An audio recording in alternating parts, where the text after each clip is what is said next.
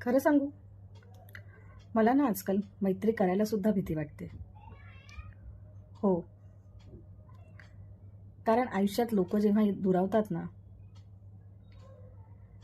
ते दुःख वेगळंच असतं, जे पचवता येत नाही, पण पचवावं लागतं. एखादी व्यक्ती आपल्या आयुष्यात येते, आपल्यासोबत राहते, आपल्या आयुष्याचा भाग होते, आपल्याला त्या व्यक्तीची सवय होते आणि अचानक ती व्यक्ती आपल्यापासून काही कारणास्तव लांब जाते, दुरावते आणि आयुष्य काही क्षणासाठी थांबल्यासारखं होतं. आता त्या सवयीचं काय?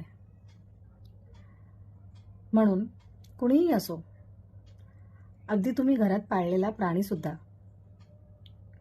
गुंतणं टाळावं. जेवढं जमेल तेवढं फक्त स्वतःमध्ये गुंतावं.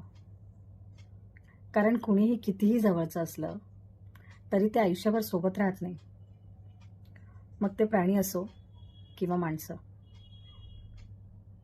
खरंच.